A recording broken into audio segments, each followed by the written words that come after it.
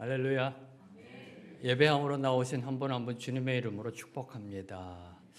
예배가 축복입니다. 예배가 특권입니다. 예배가 은혜입니다. 먼저 감사한 거, 우리 동환이가 또 오랜만에, 우리 황희대 수사님 아들 우리 동환이가 또 오랜만에요 한국을 방문했습니다. 졸업하고 또 미국에서 잡을 갖고 그곳에서 복음의 그 여정을 이어나가고 있는 우리 동환이 한번 격려 축복하기 위해서 한번 박수 한번 쳐주시고요.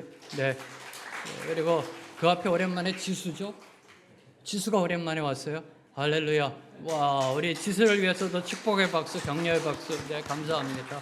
네, 더 멋있어진 것 같아요. 네, 감사합니다. 세 가지의 광고를 드리겠습니다. 첫 번째, 올해 저희 교회가요, 함께 기도함으로 나아가야 되는 중요한 해입니다. 세 가지 꼭 기억하시고 여러분의 기도에 함께 이 기도로 중보해 가시길 바랍니다. 첫째, 선교 비전입니다. 이 교회가 선교로 나아가야 합니다. 하나님이, 주님이 우리에게 주신 지상대 명령, 선교. 얼마든지 저희들은요, 선교지로 가지 않는다 할지라도 선교할 수 있습니다. 무릎 선교, 후원 선교로. 이 부분을 저희 교회가 그동안 놓고 있었다라는 점. 그래서 선교의 비전이 올바로 세워질 수 있도록 기도해 주시고, 두 번째, 올해 저희 교회가 청년부의 기틀이 세워질 수 있도록요. 네, 이렇게 지수가 돌아오고요. 얼마나 좋아요. 네, 청년부가 부흥하고 청년부가 성장하고, 네, 그래서 우리 청년부의 기틀이 세워져서 이 생명의 길 교회가 내일을 꿈꾸는 교회가 될 수 있도록. 세 번째로, 이제 곧 담임 목사 청빙 절차가 들어갑니다. 새로 오실 목사님 위해서 기도하셔야 됩니다. 여러분 기도하셔야 돼요. 네, 여러분의 기도만큼 하나님이 예비하심이 응답받게 되어 있습니다. 기도하시고 그 청빙 절차 가운데 새로 오실 목사님을 위해서 기도해서 이 생명의 길 교회가 한 마음으로 일어나 이제 세컨 라운드 7년을요 멋지게 일어나는, 하나님의 영광을 돌리는 그런 교회가 되기를 소망합니다. 자, 주신 말씀 붙잡고 기도합니다. 하나님 감사합니다. 오늘도 우리에게 말씀으로 예비하시고 말씀으로 우리를 이끌어 주심에 감사합니다. 듣게 하시고 들은 대로 순종하며 살아내게 하여 주시옵소서. 예수님의 이름으로 기도합니다. 아멘. 오늘 제목이 저는 너무 좋아요. 네. 이거 목사님이 정하신 거 아니에요? 아니요. 주님이 주신 마음이죠. 그죠? 신앙의 여정에는 넘어짐이 있다. 얼마나 좋은지요. 전 너무 좋아요. 신앙의 여정은 날마다 금메달이다. 와, 힘들 것 같아요. 그렇죠? 얼마나 힘들어요. 그걸 해내려고요. 네. 신앙의 여정에는 넘어짐이 있다. 저와 여러분이 예수 믿는 그 길, 우리가 걸어가는 그 신앙의 여정은요, 흔들림 없는 일직선의 직진이 아니라는 겁니다. 그렇죠? 평탄한 직선도로가 아니에요. 고속도로가 아니라 오르막, 내리막이 있는 굴곡진 산길 또는 마라톤 코스와 같은 게 우리의 신앙의 여정입니다. 그래서 저와 여러분이 그 길을 감에 있어 이리저리 헤매기도 하고요. 그리고 이것저것 부딪히고 넘어지고 깨지고, 네, 그런 일을 겪게 되는 것입니다. 그게 우리가 살아가는 신앙의 현 주소의 모습이라는 겁니다. 그렇죠? 네, 전 이 부분을 묵상하면서 갑자기 이런 질문 하나님께 던졌어요. 왜 그럴까? 그럼 왜 그럴까? 네. 아니, 지금 하나님을 믿는 믿음으로 나아가면요, 그 신앙의 여정이 처음부터 끝까지 좀 멋있게 펼쳐지면 얼마나 좋을까? 이런 생각을 해봤어요. 여러분 그런 생각 안 해보세요? 네. 못난 모습 보이지 말고 그냥 처음부터 끝까지 첫사랑 붙잡고 마지막까지 쫙 뻗어나가는 그 신앙의 모습. 그렇게 살아갈 수는 없는 것일까라고 묵상하면서 신학적으로는 알고 있지만 그래도 한번 정리해야 되겠다 싶어서 AI에게, 요새는 AI가 참 많이 똑똑해졌어요. 네, 그래서 AI에게 물어봤습니다. 왜 그럴까라고 이렇게요. 물어봤더니요, 답을 딱 정리해서 주더라고요. 신통방통. 네. 그냥 신학자들이 논문 쓴 거, 에세이 쓴 거 딱 요약해가지고요, 딱 정리해서 알려주더라고요. 자, 첫째, 신앙의 여정은 광야를 지나는 시간이기 때문이라는 겁니다. 신앙의 여정은요, 광야를 지나가는 시간이기 때문이라는 겁니다. 그래서 굴곡지다라는 겁니다. 때론 영적 갈증과 허기짐으로 하나님과의 친밀함이 멀게 느껴지고요, 외롭고 힘든 연단의 기간이 있다는 겁니다. 두 번째로, 영적 침체, 영적 슬럼프가 온다는 겁니다. 우리의 신앙의 여정에는. 네, 신앙의 여정. 그래서 고속도로가 아니라는 겁니다. 신앙의 열정이 식습니다. 기도나 말씀 묵상이 잘 되지 않는 내리막길이 있습니다. 세 번째로 영적 방황과 회의감이 들 때가 있다는 겁니다. 그렇죠? 네, 믿음에 대해 의심이 들거나 하나님께 집중하지 못하고 방황하는 영적 겨울과 같은 시기가 있다는 겁니다. 그리고 마지막으로 신앙의 성숙을 위한 연단이다. 신앙의 성숙을 위한 연단이다. 넘어짐과 실패를 통해 믿음이 더 견고해지고 성숙해지는 영적 단련, 영적 재련의 시기가 있다는 겁니다. 이 부분을 보면서 제 눈을 고정시켰던 것은 신앙의 성숙을 위한 연단이라는 겁니다. 신앙의 성숙을 위한 연단, 넘어짐과 실패를 통해 믿음이 더 견고해지고 성숙해진다라는 맞는 말입니다. 그렇죠? 맞는 말입니다. 이 당연한 진리를 가지고요, 박사학위 논문이 나옵니다. 600페이지, 700페이지짜리. 맞는 말입니다. 그렇잖아요. 저와 여러분의 넘어짐, 예수 따라가는 그 길은 넘어짐이 있는데 그 넘어짐은 더 나은 신앙의 성숙을 위한 넘어짐이다라는 것입니다. 신앙의 여정에서 겪는 넘어짐은 단순히 실패나 좌절이 아니라는 겁니다. 성장의 과정이라는 겁니다. 감사하잖아요. 얼마나 감사해요. 네. 갑자기 저는 AI가 너무 좋아졌어요. 너무 감사하고요. 네. 신통방통 이걸 어떻게 알까? 네. 이 성장의 과정이라는 겁니다. 거룩한 근육을 만드는 과정입니다. 뭐가요? 넘어짐이. 우리 신앙의 내공이 쌓이는 과정이라는 것입니다. 한마디로 신앙의 여정은요, 완성형이 아니라 완성되어가는 과정이라는 겁니다. 다시요, 우리 신앙의 여정은 완성형이 아니라 완성되어져 가는 과정이다. 이를 보여주는 게 아브라함의 인생입니다. 아브라함의 인생. 그리고 오늘 말씀입니다. 자, 아브라함은요, 하나님의 부르심을 받고 고향 친척 아버지의 집을 미련 없이 떠났습니다. 잠깐만요, 주님. 제가요, 요거부터 하고요, 이거부터 하고요, 요거 처리하고라는 게 없어요. 그 즉시 미련 없이 떠났습니다. 훌훌 털고 일어나 떠났습니다. 오직 믿음으로 하나님의 말씀을 따라 하나님이 보여줄 땅으로 나아갔습니다. 대단한 거 아니에요?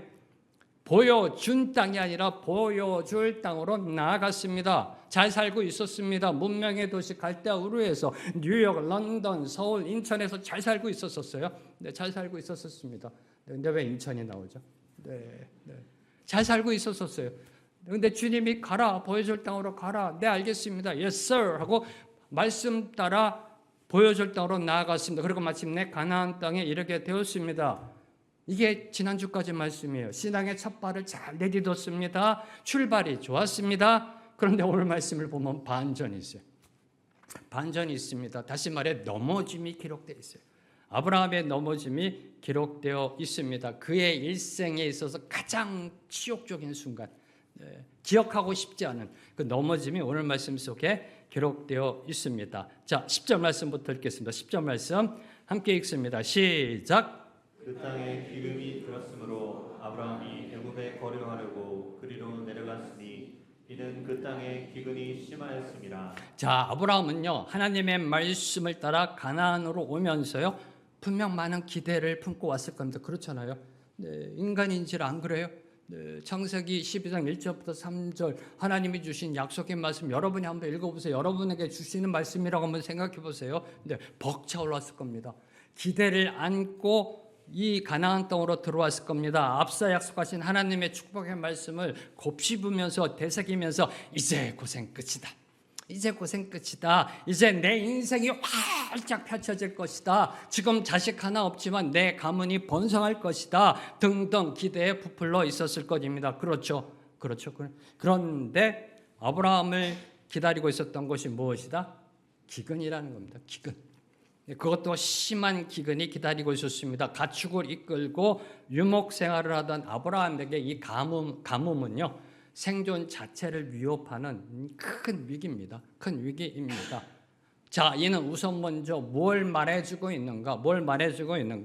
아브라함이 말씀을 따라간 그 길은 만사, 형통, 운수, 대통, 탄탄대로의 길이 아니라 말씀으로 살아내야 하는 험난한 길임을 여러분이 잘 아는 좁은 길임을, 십자가의 길임을 암시하고 있는 것입니다. 가나안 땅에 도착했습니다. 근데 그를 기다리고 있었던 건 기근이라는 겁니다.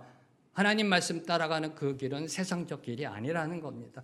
좁은 길, 십자가의 길임을 암시하고 있는 겁니다. 저와 여러분 신앙생활을 하다 보면요, 은혜로운 시작 뒤에 꼭 영적 도전이나 예상치 못한 시험 또는 고난이 찾아오기도 합니다. 그렇지 않나요? 네. 은혜로운 그 순간 다음에, 은혜 받은 그 순간 다음에요, 영적 도전이나 영적 갈등이나 시험이나 고난이나 위기 등이 몰려옵니다. 하나님의 약속의 땅에도 기근은 찾아옵니다. 하나님의 약속의 땅에도 그것도 심한 기근이 찾아옵니다. 저와 여러분, 우리 이 하나님을 믿으면서, 예수를 믿으면서 신앙생활 해 나가는 데 있어서 대개 어떤 생각을 갖고 있냐면요, 하나님이 약속하신 땅, 하나님의 말씀에 순종한 땅, 그 땅에는 무엇이 없어야 된다? 기근이 없어야 된다고 생각한다는 거예요. 대부분 저희들이 생각할 때요, 대부분들이 생각할 때 기근 같은 어려움이나 고통이 없을 것으로 생각합니다. 아니, 없어야 된다라고 생각한다는 거야. 아니, 있는 기근도 물러가야 한다고 생각하는 겁니다. 하나님의 축복받은 아브라함이 도착하면 기근 들었던 가나안 땅에 단비가 내려야 된다고 생각하는 거예요. 그게 저와 여러분의 생각이 안 그런가요? 안 그런가요? 네. 있던 기근도 물러가야 한다고 생각해요. 왜? 하나님의 사람이 왔으니까. 하나님의 사람이 왔으니까. 하나님이 그랬잖아요. 복이 될지라 너로 인하여 모든 민족이 복을 받을 것이다. 이 비전을 품고 왔어요. 그러면 있던 기근도 물러가야죠. 네. 단비가 내려야죠. 네. 이게 우리들의 일반적인 생각이라는 겁니다. 그런데 저와 여러분이 놓치지 말아야 될 팩트, 이 세상 그 어느 곳도 기근 없는 곳은 없다라는 사실이, 이 세상 그 어느 곳도 기근 없는 곳은 없다라는 겁니다. 그 어느 곳도요, 참된 안식과 평강을 주지 못합니다. 이게 현실입니다. 이게 현실입니다. 여러분의 인생, 지금까지 살아온 인생 40년, 50년, 60년, 70년, 80년 인생 뒤돌아보세요. 이렇게 저렇게 기대해보고 여기에서 찾아보고 답을 찾았던가요? 답을 찾았던가요? 거기에 행복이 있던가요? 거기에 만족이 있던가요? 네. 이 세상은 그 어떤 우리에게 영원한 만족과 영원한 평강의 안식을 줄 수가 없습니다. 이게 저와 여러분 이 땅을 살아가는 현실입니다. 현주소라는 것입니다. 그래서 성경은 저와 여러분으로 하여금 어떻게 권면하나요? 이 땅의 것을 보지 말고 위의 것, 하늘의 것을 보라라고 권면하고 있는 이유가 바로 여기에 있는 겁니다. 땅의 것에는 소망이 없다는 겁니다. 땅의 것. 이 땅의 것에는 기근이 있다는 겁니다. 심한 기근이 있다는 겁니다. 우리가 바라보아야 할 것은 기근이 아니라 하나님이시다. 기근이 아니라 하나님을 바라보아야 한다는 겁니다. 자, 이 대목에서 저와 여러분이 짚고 넘어가야 할 것 두 가지가 있습니다. 짚고 넘어가야 할 것. 첫째, 아브라함이 애굽으로 내려간 이유입니다. 왜 내려갔나요? 네. 그 이유는 애굽에 곡식이 풍부했기 때문에, 곡물이 풍부했기 때문에, 애굽에는 양식이 풍부했기 때문에, 풍요로움입니다. 풍요로움. 지금 가나안 땅은 기근이에요. 근데 왜 애굽으로 내려갔나요?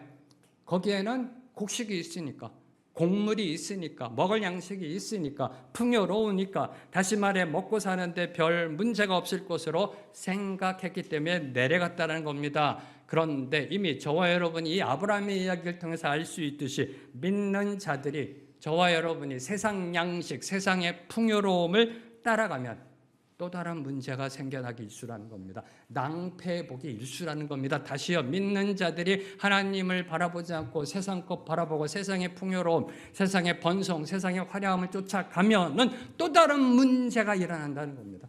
낭패복이 일수라는 것입니다. 애굽에서 아브라함을 기다리고 있었던 게 뭐예요? 기다리고 있었던 거? 죽느냐 사느냐의 생사의 위기입니다. 네, 아내로 인하여 죽을까 봐 걱정하잖아요. 그리고 결론적으로 아내 사라를 빼앗기는 수모의 치욕, 그 수모의 치욕이 애굽에서 그를 기다리고 있었던 것입니다. 세상은 겉으로만 보면요, 풍요로움과 화려함, 번성함으로 사람들에게 만족과 평안을 줄 것처럼 보입니다. 답이 세상 속에 있는 것처럼 보입니다. 그래서 이런 말들이 유행하잖아요. 돈만 있으면 참 이 세상 살만하다. 돈만 있으면 이 세상 참 살만한 곳이다. 네. 그런 말을 갖다가 내뱉고 있는 것입니다. 그런데 이 평안을 줄 것처럼 보이지만, 그래서 이 성도들도요. 그래서 성도들도 우리 믿는 자들도 세상에 대한 미련을 버리지 못하고 있는 거 아닐런지요. 그렇죠? 성도들도 세상에 한눈 팔잖아요. 세상에. 왜요? 세상에 답이 있을 것 같다라고 생각하니까. 왜? 거기에는 풍요로움이 있으니까. 거기에는 번성함이 있으니까. 여기는 기근인데 저기는 풍요로움이에요. 그러니까 한눈 파는 겁니다. 아, 저기에 답이 있나 보다라고. 그러나 기억해야 될 거. 오늘 말씀 애굽이 아브라함에게 평안 대신 뭘 줬나요? 수치를 줬습니다. 만족 대신 뭘 줬나요? 치욕을 줬습니다.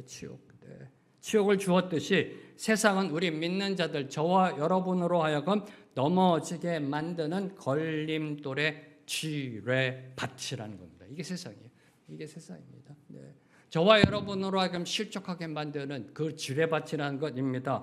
세상적 풍요로움은요 절대로 우리 내면의 샬롬으로 평강으로 이어지지 않습니다. 풍요로움이 샬롬으로 이어진다? 그러면 이 성경의 역사가 다시 쓰여져야 됩니다. 부자가 천국 들어가야 합니다. 세상의 풍요로움은 우리 내면의 평화로 이어지지 않습니다. 돈 많이 갖고 있다라고요 평강을 누리는 게 아니라는 것입니다. 화려함은요 일시적인 쾌락을 줄 수는 있지만 진정한 마음의 안식이나 영혼의 만족을 줄 수가 없습니다. 풍요로움 뒤에 남는 게 뭔지 아세요? 풍요로움 뒤에 남는 건 더 가지려는 탐욕입니다. 풍요로움 뒤에 남는 거는요 남보다 더 하나 더 가지려는 탐욕이고요. 화려함 뒤에 남는 게 뭔지 아세요? 허망입니다. 허무감. 화려함 뒤에 남는 거는 허무함만이 있을 뿐입니다. 자, 주목해야 될 거 두 번째. 첫 번째 주목한 건 이 아브라함이 애굽으로 내려간 이유였고, 두 번째 저와 여러분이 주목해야 될 거, 아브라함은 하나님으로부터 가나안 땅을 기업으로 받았다는 사실이에요. 받았다는 사실. 분명하게 하나님이 말씀하셨어요. 너희 후손에게 이 땅을 주리라. 지난주 말씀입니다. 기억하시리라 믿습니다. 이 가나안 땅을 기업으로 약속받았습니다. 누구로부터? 하나님으로부터. 따라서 가나안 땅의 기근이 몰려오면 어떻게 해야 할지 하나님께 물어봤어야 합니다. 하나님, 가나안 땅 저에게 주신 거 아니에요? 근데 이곳에 왜 기근이 오죠? 이거 어떡하죠 하나님? 이렇게 물어봤어야 한다는 겁니다. 하나님의 말씀이 지시사항이 임할 때까지 기근 가운데 버텨냈었어야만 했다라는 사실입니다. 신앙은요 내 생각을 따라가는 게 아니에요. 신앙은 상황을 따라가는 게 아니라는 겁니다. 하나님의 말씀을 따라가는 것이 바로 신앙입니다. 우리의 신앙 여정에 기근은 옵니다. 인생의 시련과 어떤 고난이 닥쳐올 때 하나님을 의지하고 하나님을 찾고 하나님께 간구하면, 잘 들으셔야 돼요. 하나님께 엎드리고 하나님께 묻고 하나님께 간구하면 그 시련과 고난은 내 문제에서 하나님의 문제가 된다는 겁니다. 이걸 지금 아브라함이 놓친 거예요. 내 문제를 하나님께 드리면 하나님의 문제가 된다는 겁니다. 하나님이 알아서 하신다는 겁니다. 언제요? 우리가 말씀을 따라갈 때, 하나님을 의지할 때, 시련과 고난이 닥쳐올 때, 심한 기근이 들을 때 죽느냐 사느냐의 문제죠. 그렇죠? 이 가축들도 다 지금 목말라 갈증으로 허기짐으로 죽게 생겼고, 이때 하나님께 그 문제를 맡기는 거예요. 그러면 내 문제가 하나님의 문제가 된다는 겁니다. 그런데 아브라함은 자신의 생각과 판단에 따라 약속의 땅 가나안을 떠납니다. 그리고 애굽으로 내려갔습니다. 오늘 말씀 잘 보세요. 지난주 말씀에는 단을 쌓았다고 그랬어요. 여기서도 단을 쌓고 저기 가서도 단을 쌓고, 단을 쌓다는 얘기가 없어요. 한마디 기도도 없이, 예배함도 없이, 하나님께 여쭙지도 않고 자기 생각에, 기근? 애굽은 먹을 양식 있어? 그럼 내려가야지라고. 자기 생각에 따라 애굽으로 내려갔던 것입니다. 이게 문제입니다. 한마디의 기도도 없이, 하나님께 묻지도 않고 내 생각 N으로 내려간 것, 이것이 문제입니다. 애굽으로 내려간 것이 문제가 아니에요. 애굽으로 내려간 것이 문제가 아니라 하나님께 구하지 않고 자신의 생각을 쫓아간 것이 문제입니다. 내 생각 N으로 문제를 해결하고자 한 이 아브라함의 태도가 오히려 문제를 더 심각하게 만들어 버렸습니다. 더 꼬이게 만들었습니다. 그 심각함의 출발점이 무엇인 줄 아세요? 네, 사라의 미모예요. 네, 참 하나님 위트 있으세요. 네, 이 심각함, 내 생각으로 결정했는데 이것이 문제를 더 심각하게 만들었어요. 그 심각함의 출발점이 아내 사라의 미모라는 것입니다. 자, 11절을 보면요. 아브라함이 애굽에 가까이 이르자 갑자기요. 사라의 아름다움을 언급합니다. 네. 그 전에 몰랐던 거 아니잖아요. 네. 자, 갈대아 우르에서부터 오면서요. 예, 아브라함의 이제 이야기가 시작돼 갈대아 우르잖아요. 그때부터 사라는 예뻤어요. 아리따웠어요. 그렇잖아요. 네. 성형 수술한 것도 아니고. 네. 근데 갑자기 애굽에 가까이 오자 이렇게 얘기합니다. 내가 알기에 그대는 아리따운 여인이라. 내가 알기에 그대는 아리따운 여인이라. 무슨 뜻이에요? 내 생각엔 그대는 아리따운 여인이라. 이 아리따운이라는 원어는요. 광채가 날 정도로 아름답다라는 의미입니다. 당시 이 사라의 나이가 몇 세였는지 아세요? 최소 65세. 최소 65세였던 사라가 상당한 미모를 유지하고 있었음을 보여주고 있는 겁니다. 이해가 되세요? 이해가 되세요? 네. 많은 신학자들이 이 문제를 해결하기 위해서 뭐 이 얘기 저 얘기 하는데요. 네, 저는 이해가 됩니다. 매일매일 이해하고 있습니다. 네. 무슨 뜻인지 모르시는군요.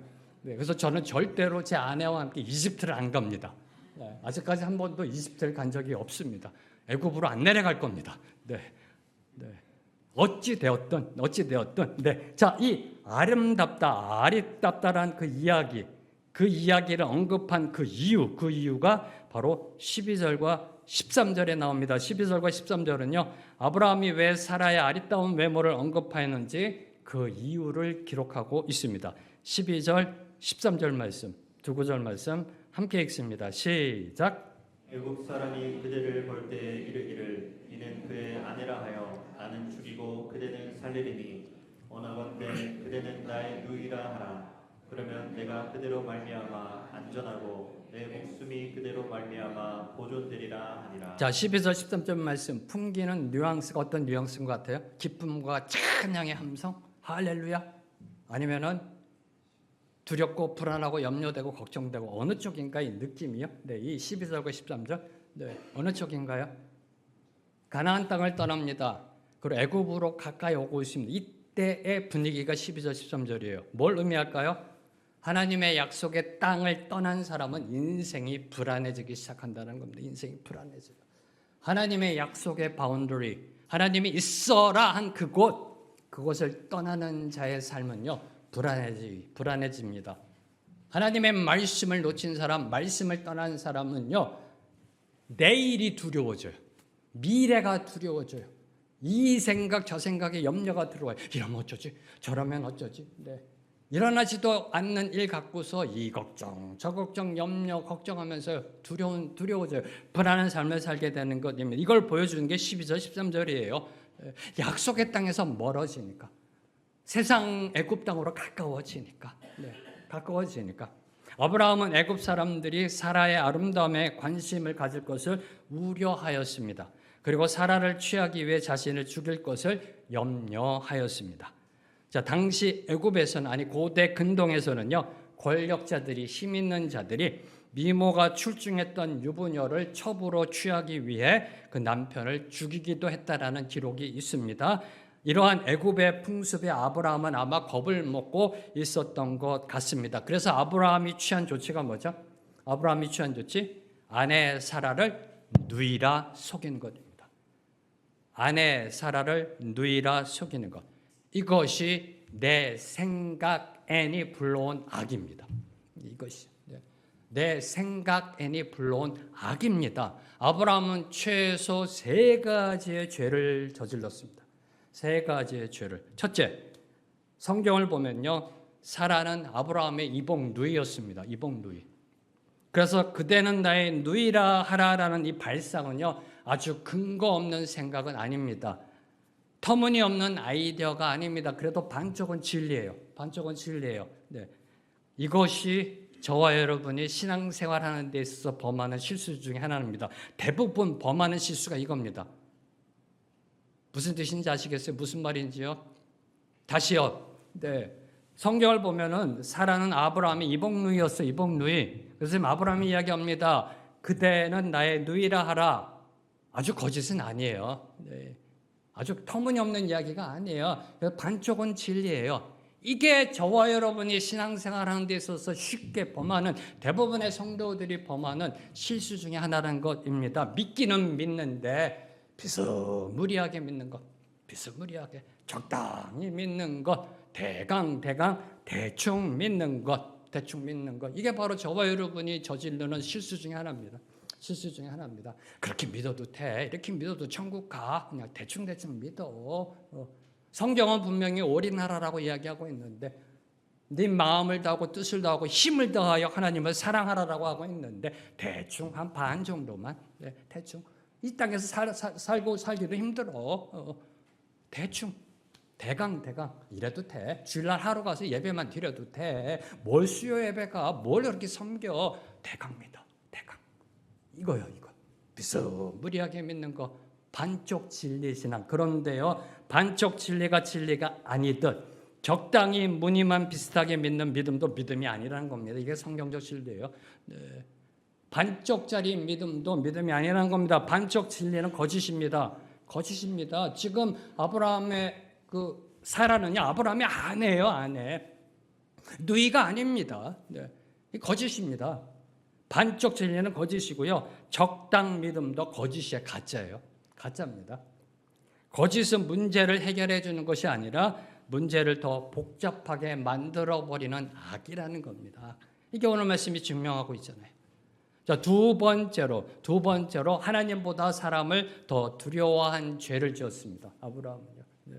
거짓의 죄를 졌고요. 사람을 더 두려워한 죄를 지었습니다. 아브라함은 목숨을 부지하기 위해서 하나님을 의지하지 않고 자신의 괴책을 따랐습니다. 하나님보다 사람을 더 두려워하면요, 나타나는 특징 중에 하나가 거짓말한다는 겁니다. 말을 이리 돌리고 저리 돌리고 100% 시뻘건 거짓말 안 해요.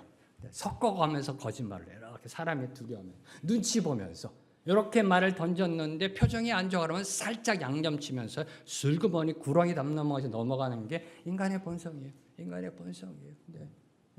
이게 이 거짓을 하게 돼요. 거짓말을 말하게 되어 있어요. 잔머리를 굴려요. 잔머리를 굴리며 술수를 부립니다. 꼼수를 부립니다. 농간을 부립니다. 그래서 성경은 오늘도 저와 여러분을 향해 이렇게 경고합니다. 사람을 두려워하면 올무에 걸리게 되거니와 여호와를 의지하는 자는 안전하리라. 사람을 두려워하면 올무에 걸리게 된다. 잠언 29장 25절 말씀. 자, 세 번째로 아브라함은요, 어떤 죄를 지었는가? 하나님이 아브라함에게 이렇게 말씀하셨습니다. 내가 너로 큰 민족을 이루게 하겠다. 약속이에요. 신이 하신 약속입니다.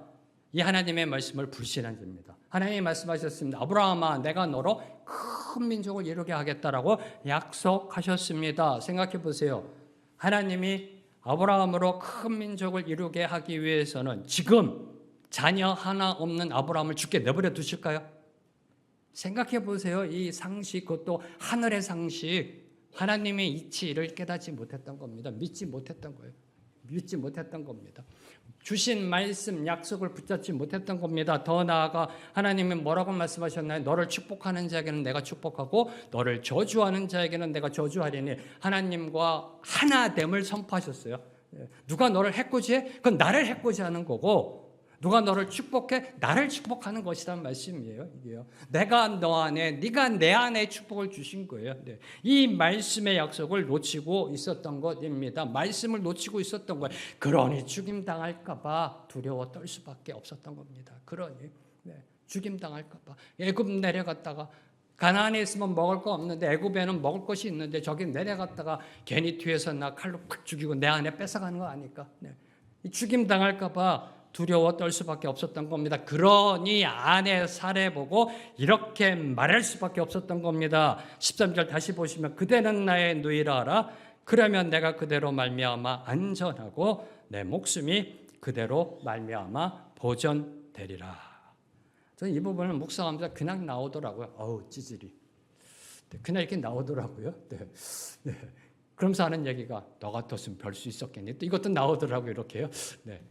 자, 아브라함은요, 자신의 생명을 걸고서라도 지켜내야 할 아내를 오히려 자신의 생명을 보호하기 위한 수단으로 이용하고자 하고 있습니다. 그렇잖아요. 남자들이요, 제 말에 동의하시는지요? 네. 아내, 사랑하는 아내 목숨 바쳐 보호해야 되잖아요. 아니에요? 나 몰라라 하실 겁니까? 네. 또 새 생각하면 들지 뭐 이런 생각이세요? 네. 천벌받을지어다. 네. 내 목숨을 내놓더라도 지켜야 된다. 내 아내, 사랑하는 아내, 이게 없어요. 네. 아내를 이용해서 지 목숨 하나 건지고자 하는 그 모습입니다. 참으로 신앙의 대장부였던 아브라함이 불신앙의 쫄장부로 전락된 찌질한 모습을 보여주고 있는 겁니다. 이게 신앙의 여정 속에 있어요. 이게 저와 여러분의 모습일 수 있고 모습이었고 모습일 겁니다. 신앙의 대장부였는데 생각해 보세요. 고향 진짜 아버지 집에 있다. Yes sir! 미련 없이 떠납니다. 네. 와, 이 대단한 거라니까요. 근데 불신앙의 쫄장부로 지금 찌질이의 모습으로 지금 나아가고 있는 것입니다. 더 나아가 아브라함은요, 사라를 이용하여 자신의 유익을 도모하고자 하였습니다. 이를 보여주는 게 내가 그대로 말미암아 안전하고의 이 말입니다. 내가 그대로 말미암아 안전하고. 자, 이 말은 단순히요, 생명 유지 차원의 안전함을 말하는 게 아니에요. 내가 그대로 말미암아 안전하게 보호받을까 이런 의미가 아니에요. 생명 유지에 대해서는 바로 그 다음에 또 아브라함이 얘기합니다. 내 목숨이 그대로 말미암아 어떻게 된다고요? 보존되리라라고 또 아브라함이 얘기하잖아요. 야, 사라야, 네가 내 누이라고 해라. 그러면 내가 그대로 말미암아 안전하게 되고 그런 내 목숨이 보존될 거야. 생명 유지에 대한 안전함은 뒤에 나와요. 뒤에 나옵니다. 자, 그러면 내가 그대로 말미암아 안전하다 무슨 뜻일까요? 내가 그대로 말미암아 안전하다 무슨 뜻일까요? 자, 이는 곧 이어 16절에 기록되었듯이 언급되었듯이 사라로 말미암아 후대함을 받게 된다는 뜻이 요 안전하다는 단어. 똑같은 단어입니다. 후대함을 받게 된다가 요 안전하다라는 의미입니다. 목숨을 건질 뿐만 아니라 경제적 이익을 취할 수 있다는 말이에요. 어차피 거짓말할 거 한몫 챙기자라는 의미가 여기 함축되어 있는 겁니다. 그런데 이는 아브라함이 돈을 밝히는 뻔뻔함의 그 민낯을 보여준 게 아니에요. 그럼 아주 나쁜 놈이죠. 네, 나쁜 놈이죠. 네. 죄송합니다. 놈이라고 그랬어요. 네. 나쁜 니은 미음이죠. 그렇잖아요. 만약에 이게 그냥 돈을 밝히는 아내를 이용해서 한몫 잡겠다라는 그런 민낯을 보여주는 게 아니에요. 저와 여러분이 겪을 수 있는 저와 여러분의 신앙과 나타날 수 있는 현상이에요. 아내를 누이라 속이는 것에 대한 합리화야, 합리화. 본인도 알아요. 이게 잘못했다라는 거. 미안하지, 아내에게. 미안하잖아요. 한번 생각해 보세요. 남편 동지들이요. 여러분이 여러분 아내에게 지금 이렇게 얘기한다 생각해 보세요. 네, 미안하지. 찌질이 같기도 하고 내가요. 참, 나 이거 참 아내가 뭐라고 볼까? 옆에 있는 내 조카 롯은 나를 뭐라고 볼까? 이게요. 네. 합리화. 네. 미안하지만 누이라고 하자. 그러면 말이야 나도 살고 돈도 벌 수 있어. 좋지 않니? 꼭 먹고 알 먹고 이겁니다. 인간이 죄와 타협하면요 얼마나 비굴해지는지 그 단면을 보여주고 있습니다. 그 단면을. 그 아브라함이 이런 모습으로 신앙의 처음부터 내 생각에 술수와 잔꾀로 위기를 극복하고자 하는 인간의 우매함의 비참함, 그 비참함을 느끼게 보여줄 뿐입니다. 참으로 하나님을 떠난 말씀을 떠난 인간의 모습은요 그저 허무와 절망만을 느끼게 할 뿐입니다. 이때 아브라함은요 속으로 이렇게 생각했는지도 모릅니다. 기발한 아이디어다. 어쩌면 기발한 아이디어다. 이야, 내가 이걸 어떻게 이렇게 생각했지? 했을지도 모릅니다. 자, 이런 아브라함의 모습은요 고향 친척 아버지의 집을 아무 미련 없이 떠난 믿음, 모든 소유를 이끌고 보여줄 땅으로 나간 올인의 믿음, 재산도 사람도 남겨놓지 않았어요. 혹시나 실패하면 다시 돌아가서 다시 시작했다는 마음도 없었어요. 올인해서 모든 걸 다 거느리고 나왔어요. 우리의 믿음도 어떻게 될 수 있다? 흔들릴 수 있다는 사실을 보여줍니다. 이게 저와 여러분의 신앙의 여정입니다. 저와 여러분이 걸어가는 믿음의 길이라는 거예요. 네. 고향 친척 아버지 집을 떠나 yes sir 미련 없이 떠난 믿음, 올인한 믿음, 목숨 건 믿음도 흔들릴 수 있다라는 사실을 보여주고 있습니다. 오늘도 저와 여러분도 예외가 아니라는 겁니다. 목사인 저도 예외가 아니라는 겁니다. 하나님의 말씀에서 멀어질 때, 하나님을 의지하지 않을 때, 하나님보다 사람을 두려워할 때, 세상을 향해 한눈 팔 때 넘어지게 되어 있고 비굴해질 수 있고 비참해질 수 있습니다. 그게 저와 여러분이 걸어가는 신앙의 여정이에요. 그래서 사도 바울께서는 날마다 자신을 육신을 복종시킴으로 성화의 길을 걸어가셨던 겁니다. 누가요? 사도 바울. 신약에 있어서 위대한 믿음의 사람 사도 바울. 사도 바울께서도요, 날마다 자신의 육신을 복종시키고자 몸부림쳤던 겁니다. 발버둥 쳤던 겁니다. 믿음은요, 상태가 아니에요. 믿음은 상태가 아닙니다. 스테이트가 아니에요. 믿음은 프로세스의 과정이에요. 과정입니다. 네. 그래서 몸부림쳐야 돼요. 몸부림쳐야 돼요. 한번 몸부림쳐서 믿음이 딱 이루어져가지고 그 스테이트, 상태가 아니에요. 과정이기 때문에 과거형이 아니라 현재 진행형입니다. 한 번에 완성되는 결과물이 아니라 삶의 여정 속에서 지속적으로 자라나고 성숙해가는 진행형임을 보여주고 있는 것이 바로 오늘 말씀이라는 겁니다. 자, 이제 14절부터 16절을 보면요, 아브라함의 우려가 그대로 현실로 나타났음을 보여줍니다. 이 부분에 어떤 성도님들은 이렇게 질문할 수도 있습니다. 목사님, 그러면 아브라함이 미래를 잘 예측한 거 아닌가요? 이렇게 말할 수도 있어요. 반론을 필 수도 있습니다. 자, 아브라함이 애굽에 도착하자 애굽 사람들이 사라의 아름다움에 주목했으며 바로에까지 사라의 미모가 전해졌습니다. 여기까지 여러분이 묵상해야 될 게 무엇이냐? 아브라함은 걱정했어요. 애굽에 들어갑니다. 사람들이 시선을 아내 사라를 향해 주어요. 주목하기 시작해요. 우리 아내의 미모가 드디어 주목을 받는구나. 괜히 누가 물어보지도 않았는데 제 누이 동생이에요? 네. 제 누이 동생이에요? 이런 겁니다. 이 상황이에요. 지금 누가 물어보지도 않았는데, 사람이 쳐다보고 막 주목하면요. 왜냐하면 이 예쁘니까 주목할 거 아니에요. 그럼 괜히 제 누이 동생이에요? 네. 제 아내 아니에요? 누이 동생 이러고 다닌 거예요. 이러고 다닌 겁니다. 네, 이러고 다닌 겁니다. 네. 근데 문제가 발생합니다. 여기까지는 아브라함이 생각을 못했던 것 같아요. 애굽왕 바로가 사라를 취합니다. 애굽왕 바로가 사라를 후궁으로 취한 겁니다. 15절, 16절 말씀 함께 읽습니다. 시작. 바로의 고관들도 그를 보고 바로 앞으로서 칭찬함으로 그 여인을 바로의 궁으로 이끌어들인지라.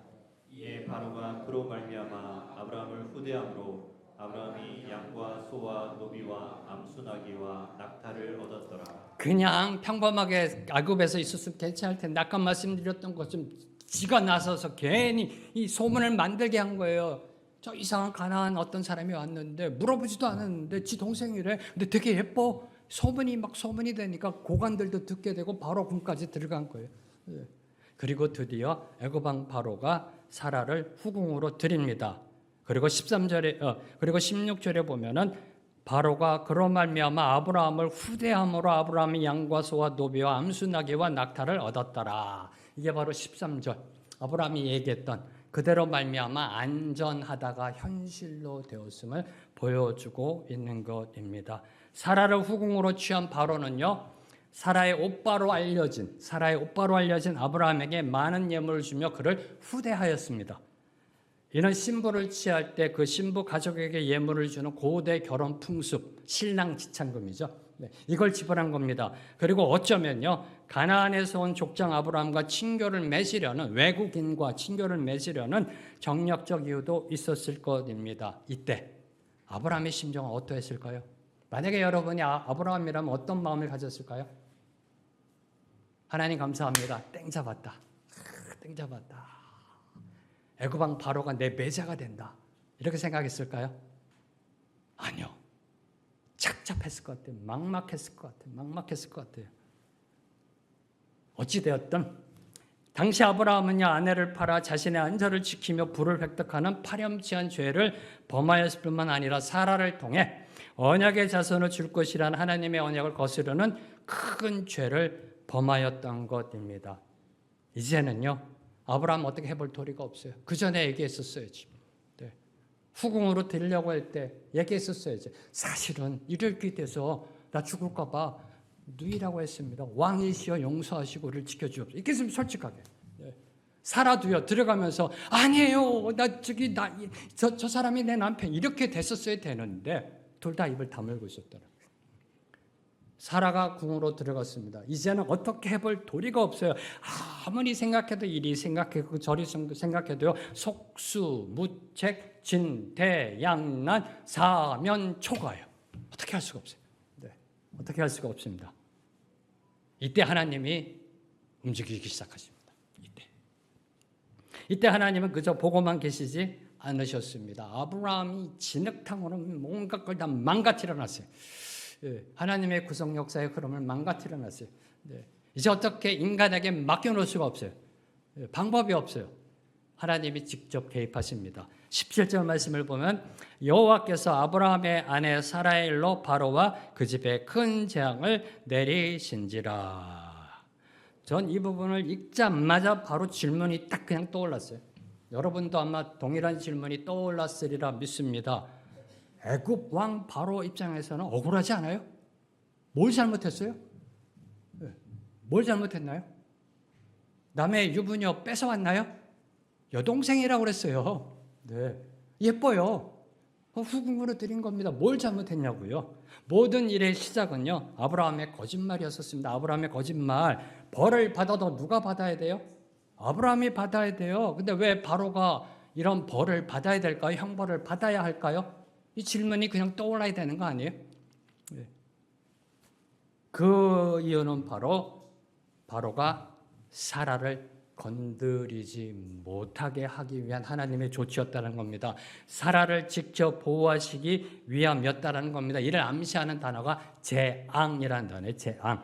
바로와 그 집에 큰 재앙을 내리신지라. 큰 재앙. 이게 재앙. 재앙은 원어적으로 얘기하면 복수형이에요. 복수형. 한번 재앙 딱 떨어뜨리고 끝난 게 아니에요. 바로가 사라를 궁으로 들이는 그 순간부터 계속해서 질병이 임했음을 나타내는 게 이 재앙이라는 거예요. 그것도 그냥 보통이 아닌 큰 재앙. 바로가 사라를 궁으로 들이는 순간부터 바로의 열이 나기 시작하고요. 근처에도 못 가게. 열병이 나고요. 막 폐렴이 생기고요. 머리부터 발끝까지 총기가 나고요. 온 바로 집안에 사람만 빼고 이런 일이 지금 벌어진 것입니다. 이 상황을 보면서 정말 하나님 앞에 감사함으로 나아가는 것. 하나님은 한 번 택하신 자를 절대 포기하지 않으시구나. 이 은혜를 다시 한번 경험하게 됩니다. 다 하나님의 그 흐름을 다 쑥대밭 만들어 놨어요. 아브라함과 사라가. 근데 하나님이 개입하셔서 그들을 지켜 보호하십니다. 부르신 자를 끝까지 책임지시는 신실한 전능자가 바로 하나님이심을 보여주고 있는 겁니다. 하나님이심을. 이를 증거하는 것이요. 20절이에요. 20절을 보면은요. 하나님의 보살핌을 받는 아브라함은 그 어떤 해코지를 당하지 않습니다. 그 당시 절대 군주의 그 왕은요. 해코지를 당하지 않고 그의 가족 모두를 이끌고 안전하게 애굽을 떠났습니다. 심지어 바로로부터 받은 신랑 지참금도 모두 다 가지고 떠나갔다는 거예요. 참 하나님의 오묘하심. 저 같았으면 제가 애굽왕 바로면요 내놔 그랬을 것 같아요. 그거는. 근데 그것도요 다 가지고 떠났습니다. 그런데 잊지 말아야 될 거. 죄의 씨앗은 거기에 있다는 거예요. 그 안에 하갈이 있었다는 거예요. 그 안에 하갈. 그 안에. 이 바로가 아브라함에게 뭘 줬냐면 16절에 양과 소와 노비와 이 노비 가운데 하갈이 있었던 거예요. 하갈로 인하여 지금의 이슬람 생겨나게 되는 그 죄악의 씨가 그곳에 있었던 겁니다. 자, 이 부분은 또 나중에 가서 한 번 더 묵상하게 되더라고요. 자, 그러면 아브라함은 아무 형벌도 받지 않았는가요? 바로는 하나님으로부터 재앙을 받았어요. 아브라함은요? 아브라함은 아무 형벌도 받지 않았는가? 18절, 19절 두 구절 말씀 함께 읽습니다. 시작. 바로가 아브라함을 불러서 이르되 내가 어찌하여 나에게 이렇게 행하였느냐 내가 어찌하여 그를 내 아내라고 내게 말하지 아니하였느냐 내가 어찌 그를 누이라 하여 내가 그를 데려다가 아내를 삼게 하였느냐 내 아내가 여기 있으니 이제 데려가라 하고. 애고방 바로는요, 어찌하여 세 번 반복하며 아브라함의 잘못을 지적합니다. 어찌하여 내 아내를 누이라 거짓말하여 나로 하여금 이 고난을 겪게 하느냐라고 호되게 책망합니다. 성경이니까 점잖게 이 말을 써놨지, 이 세상적으로 얘기하면 F워드가 들어가고요, 이런 니은, 옴 들어가고요, 아마 별게 다 들어갔을 것 같아요, 이게요. 네. 여러분이 바로라고 생각해 보세요. 점잖게 어찌하여 네가 네 아내를 누이라 하 이렇게 했을까요? 아니요. 이 격한 감정 가운데, 분노 가운데 온갖 악한 말은 다 쏟아냈을 겁니다. 네. 이게 18절과 19절이에요. 이 모습을 한번 묵상해 보세요. 지금 바로가 아브라함을 호되게 꾸짖고 있습니다. 이 모습이 보이세요? 하나님의 백성이 세상 사람들로부터 손가락질 잘한다, 조롱당한다, 이보다 더한 치욕이 없습니다. 성도로서 이보다 더 큰 수치는 없을 것입니다. 세상 사람들로부터 호된 꾸지람을 듣고 네가 그러고도 교회 다닌 사람이야? 네가 예수 믿는 사람이야? 꾸지람 듣고요. 믿지 않는 자들부터 손가락질 당하는 것은요, 하나님의 영광을 가리는 것이고 하나님을 욕되게 하는 죄라는 것입니다. 우리 믿는 자들이 말씀을 따라가지 않고요, 저와 여러분이 말씀대로 살지 않고 내 생각대로 처신하면 반드시 세상 사람들로부터 멸시와 조롱과 수치를 받게 되어 있습니다. 이게 오늘날 우리 기독교, 대한민국 기독교의 모습이에요. 인본주의 가치관을 따라간, 세속주의 물질주의를 따라간 그 결과입니다. 말씀 따라가지 않고 내 생각대로 따라가면 인생의 밑바닥을 치게 되어 있어요. 네. 맛을 잃은 소금처럼요, 사람한테 밟히는 치욕을 겪게 되어 있습니다. 이게 성경이 증거하고 있고요, 기독교 역사가 증거하고 있고요, 멀리 갈 필요 없습니다. 여러분의 삶의 모습이 증명하고 있지 않나요? 네. 그런데 감사한 거, 너무너무 감사한 거, 그때도 하나님은 택한 자를 버리지 않으신다는 거.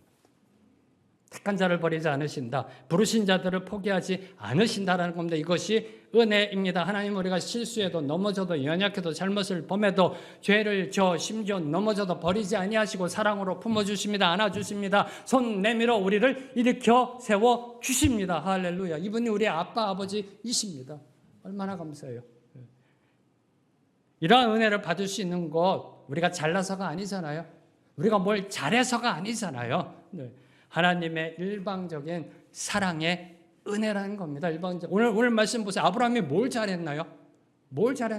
네. 그냥 내버려 두시지. 네. 패가 망신하게 내버려 두시지. 개입하셔서 건져내시잖아요. 네. 이 은혜를 경험한 자는 이렇게 고백합니다. 내가 사망의 음침한 골짜기를 지날지라도 다닐지라도 해를 받지 않을 것은 주께서 나와 함께 하심이라. 주의 지팡이와 막대기가 나를 안위하시나이다. 믿으시는지요? 왜 이렇게 아멘이 적으세요? 믿으시는지요?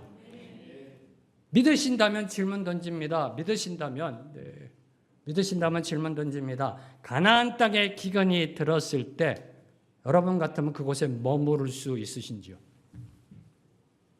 내가 사망의 음침한 골짜기를 다닐지라도 해를 당할 것을 두려워하지 않을 것은 주께서 나와 함께 하심이라. 주의 지팡이와 막대기가 나를 안위하시나이다. 믿으신다면서요. 그러면 가나안 땅에 기근이 들었을 때 그곳에 머무를 수 있으신지요? 이 질문입니다. 만약 아브라함이 믿음으로 가나안 땅에 머물렀다면 어떻게 되었을까요? 우리 인생의 기근이 닥쳐올 때요, 흉년이 몰려올 때 세상으로 도피하지 말고 하나님께 달려가십시오. 사람의 도움을 구하느라 이리저리 뛰어다니지 말고 하나님 품 안으로 그냥 뛰어들어 가십시오. 그때 풀무불에서 사자굴에서 역사하시는 하나님의 능력을 경험하게 될 줄로 믿습니다. 오늘 말씀을 맺겠습니다. 우리가 신앙의 여정을 시작하고요, 완수하는 것은 우리의 의지나 노력의 공로가 아닙니다. 당대 의인이라 불리던 노아도, 믿음의 조상 아브라함도, 하나님의 마음의 아빠 다윗도 모두 다 넘어지고 실수하고 범죄하고 말았습니다. 인간은 그 어느 누구도 자신의 의로는 구원에 이를 수 없습니다.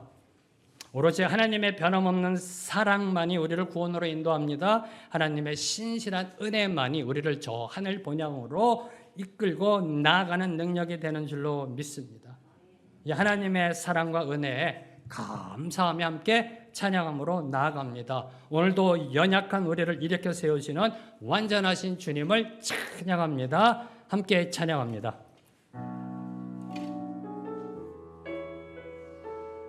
주여, 우린 연약합니다. 주여, 우린 연약합니다. 우린 오늘을 힘겨워합니다. 주 뜻 이루며 살기에 부족합니다. 우린 연약합니다. 우린 연약한 주여, 우린 넘어집니다. 주여, 우린 넘어집니다. 오늘 하루 또 실수합니다. 오늘 하루 또 실수합니다. 주의 긍휼을 구하는 주의 긍휼을 구하는 죄인이 우리 주만 바라봅니다. 주만 바라봅니다. 우리가 바라볼 거 한없는 주님의 은혜, 한없는 주님의 은혜 온 세상 위에 넘칩니다. 가릴 수 없는 주 영광 온 땅 위에 충만합니다.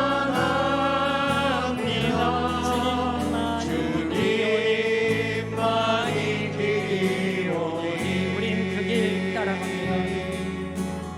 우린 그 길 따라갑니다. 그날에 우리를 이루실 그날에 우릴 이루실 주는 한 번 더 완전합니다. 고백합니다. 주여, 우린 연약합니다. 주여, 우린 연약합니다. 우린 오늘을 힘겨워합니다. 우린 오늘을 힘겨워합니다. 주 뜻 이루며 뜻 살기 이루며 부족합니다. 살기에 부족합니다. 우린 연약합니다. 우린 연약합니다. 주여, 우린 넘어집니다. 오늘도 넘어집니다. 주여, 우린 넘어집니다. 올 하루 또 실수합니다. 그게 우리입니다. 오늘 인간이 하루 또 실수합니다. 주의 긍휼을 구하는 주의 죄인, 긍휼을 구하는 죄인입니다. 우리 주만 바라봅니다. 주만 바라봅니다. 우리가 바라볼 것 한없는 주님의 은혜, 한없는 주님의 은혜 온 세상 위에 넘칩니다. 가릴 수 없는 주 영광 온 땅 위에 충만합니다. 주님만이 길이오니 우린 그 길 따라갑니다. 그날에 우릴 이루 그 주님을 바라봅니다. 눈을 들어 주를 바라봅니다. 우린 우리의 눈을 들어 진실에 구속합니다. 눈을 들어 주를 보라. 내 모든 염려 주께 맡겨라. 슬플 때에 주님의 얼굴 보라. 사랑의 주님 안식. 한 번 더 고백합니다. 눈을 들어 주를 보라. 눈을 들어 주를 보라. 내 모든 염려 주께 맡겨라. 슬플 때에 주님의 얼굴 보라. 사랑의 주님 안식 주리라. 주님, 오늘도 또 넘어집니다. 또 실수합니다. 연약합니다. 그럼에도 우리를 붙잡으시고 끝까지 놓지 아니하시고 포기하지 아니하시는 하나님의 사랑에 힘입어 일어섭니다. 내밀어 주시는 손 붙잡고 또 일어섭니다. 주님, 우리를 이끌어 주신 그 은혜 감사함으로 우리에게 허락하신 이 신앙의 여정 완수할 수 있는 성령의 능력 허락하여 주시옵소서. 눈을 들어 오직 주를 바라보며 나아가게 하옵소서. 날마다 우리와 동행하시는 주님의 손 꼭 붙잡고 우리의 길, 신앙의 여정의 길 걸어 나아가는 우리 모두 되게 하여 주시옵소서. 예수님의 이름으로 기도합니다. 아멘. 이제 다 함께 일어나셔서 주님 앞에 봉헌하시겠습니다.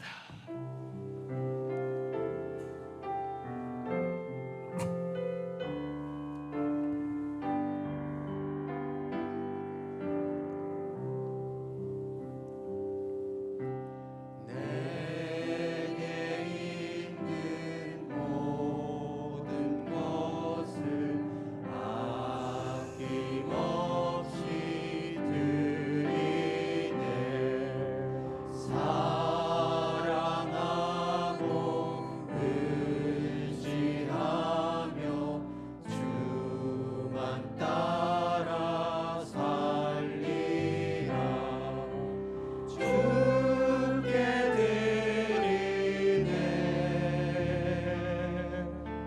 주께 드리네.